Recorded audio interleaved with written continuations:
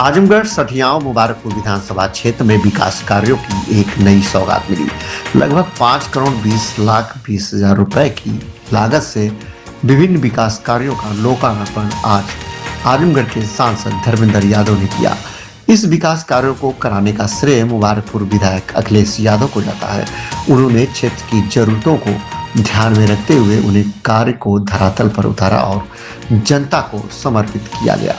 इस अवसर पर विधानसभा अध्यक्ष सोमनाथ यादव ने कहा कि विधायक अखिलेश यादव ने अपने क्षेत्र के विकास को प्राथमिकता देते हुए कई महत्वपूर्ण योजनाओं को साकार किया है। उन्होंने कहा है कि इन कार्यों से क्षेत्र की जनता को सीधा लाभ मिलेगा और गांव से लेकर कस्बे तक विकास की नई तस्वीर देखने को मिली। आपको बता दें कि लोकार्पण समारोह में बड़ी संख्या में पार्टी कार्यकर्ता और क्षेत्रवासी मौजूद रहे।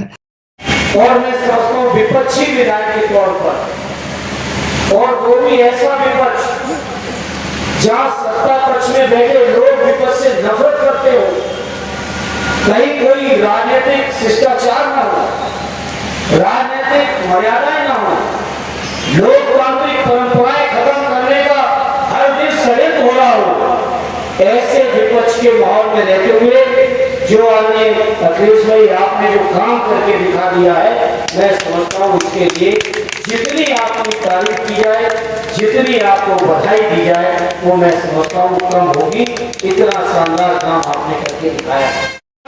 श्रीमती शना परवीन जी, आदरणीय आशा यादव जी, हमारे मित्र प्रखर वक्ता भाई अम्बाला दीदी साहब, आदरणीय जमील आलम साहब, भाई नंदन चौहान जी, हमारे माजी सांसद साहब, हमारी निजामाबाद की पूर्व चेयरमैन भानु प्रेमा यादव जी और अपने साथी सिविल कॉलेज में छात्र की राजनीति की कोख से निकल करके हम दोनों भाई एक ही साथ विधानसभा में दस्तक दिए थे, तो नेताजी को सबसे बड़ी खुशी होती थी।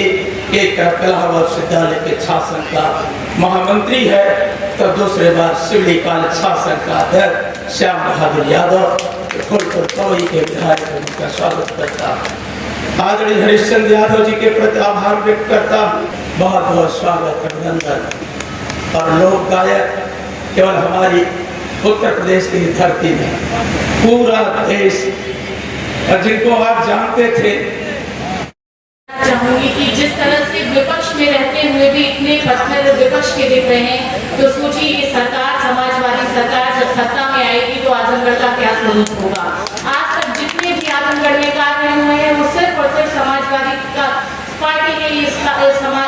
पार्टी ने ही आजमगढ़ का विकास किया है। और आगे जो 2027 आ रहा है, ये हम सबको यहाँ से प्रण करके जाना होगा कि आगे आने वाले जो 27 का चुनाव है उसमें हम सबों को साइकिल निशान को चुनना होगा और लोगों को बताना होगा कि किस तरह से इस सरकार में महिलाओं का हो, चाहे पुरुषों का हो, चाहे पिछड़ों का है, चाहे दलितों का हो, किस तरह से शोषण किया जा रहा है, किस तरह से ये सरकार हर मुद्दों के सहयोग है, किस तरह से ये सरकार चाहे शिक्षा हो, चाहे स्वास्थ्य हो, चाहे महिलाओं की सुरक्षा हो, चाहे आंतरिक सुरक्षा हो, चाहे बाह्य सुरक्षा हो, किस तरह से ये हर मुद्दों पर फेल है ये सरकार। हम सबको यदि अपने बच्चों के भविष्य को सुरक्षित करना है, अपने बच्चों को बेहतर स्वास्थ्य देना है, अपने बच्चों के लिए बेहतर शिक्षा प्रदान करनी है, तो हम सबको एक बार फिर से 2027 में हम सबके नेता आदरणीय अखिलेश यादव जी को, जिनका डंका पूरे देश में बज रहा है, उनको उत्तर प्रदेश का मुख्यमंत्री बनाना होगा, तभी हम अपने बच्चों का भविष्य सुरक्षित रख पाएंगे। मैं एक बार फिर से बहुत बहुत धन्यवाद देती हूँ मुबारकपुर के विधायक जी का, और पूरा समय मैं सांसद जी को देती हूँ। बहुत बहुत धन्यवाद। जय समाजवाद, जय।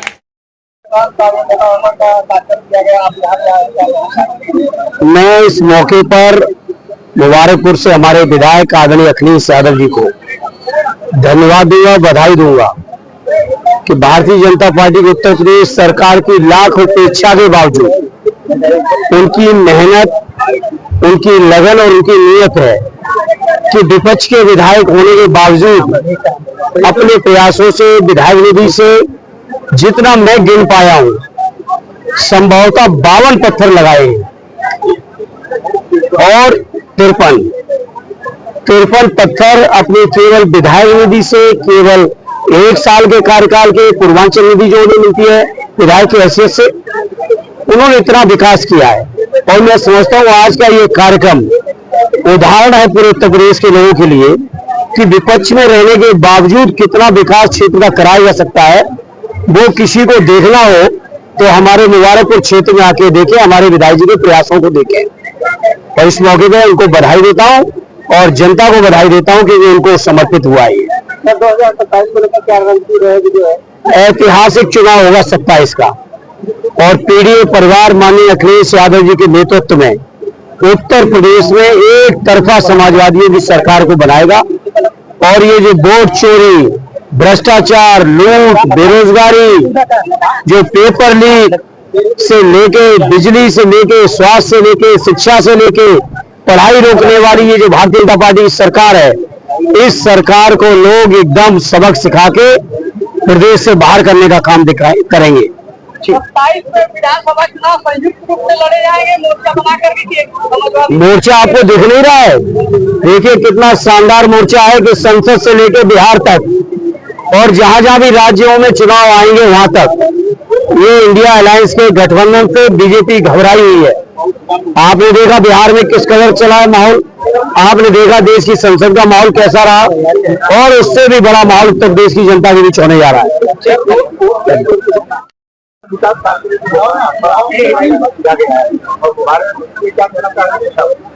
पहले तो मैं अपने आजमगढ़ के सांसद जी का धन्यवाद ज्ञापित करूंगा कि आजमगढ़ के लोगों ने जिस उम्मीद के साथ इन्हें सांसद बनाया था, उस पीडीए समाज की और आजमगढ़ की जन समस्याओं को और साथ ही पूरे देश के नौजवानों की लड़ाई पार्लियामेंट के अंदर लड़ने का काम कर रहे हैं।